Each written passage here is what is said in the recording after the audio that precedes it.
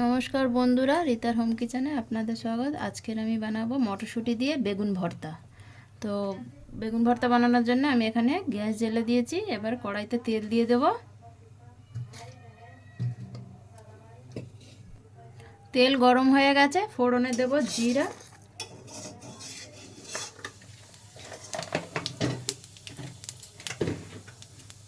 দিয়ে দেব এখানে একটা শুকনো লঙ্কা, আর দিয়ে দেব রসুন কুচি। রসুনটা ভালো করে ভাজা হয়ে গেছে। এবার আমি এখানে কেটে রাখা পেঁয়াজগুলো দিয়ে দেব। পেঁয়াজটা একটু মোটা মোটা রাখবে, তাহলে ভালো হবে, একটু কাঁচা কাঁচা থাকবে। ভালো করে নাড়িয়ে নেব।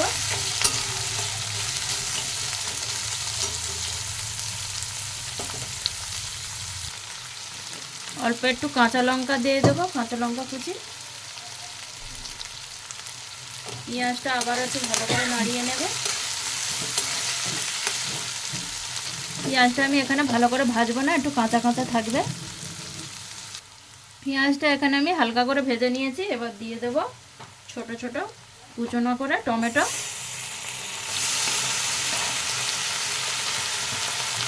ওটাও ভালো করে নাড়িয়ে নেব।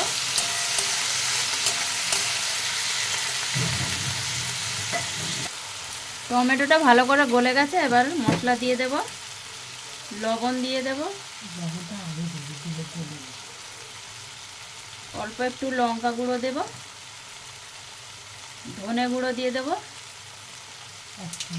আর 1 চামচ জিরে গুঁড়ো দিয়ে দেব। আবারও আমি ভালো করে নাড়িয়ে নেব।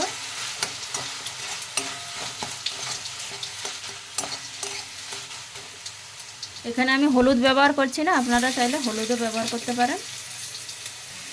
ভালো করে মশলা পেকে গেছে। এবার আমি দিয়ে দেবো এখানে একটা বড় বেগুন নিয়েছিলাম আমি পুড়িয়ে, সেই বেগুনটাকে দিয়ে দেবো এর মধ্যে।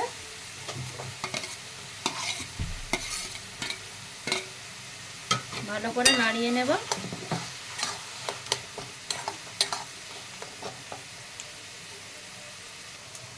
ভালো করে নাড়িয়ে নেব, নিয়ে আমি 2 থেকে 3 মিনিট ঢেকে দেব।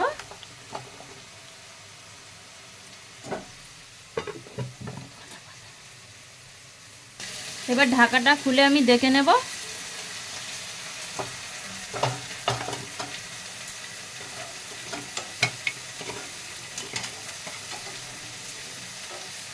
হয়ে এসছে।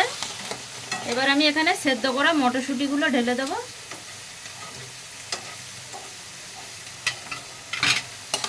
দিয়ে আবারও নাড়াচাড়া করে নেব।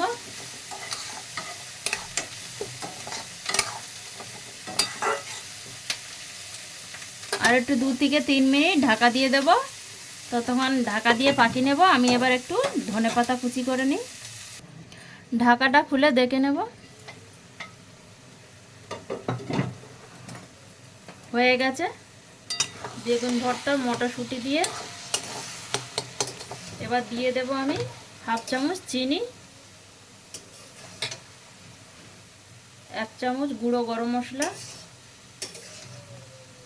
কেটে রাখা ধনেপাতা। সবগুলোকে ভালো করে মিশিয়ে নেব।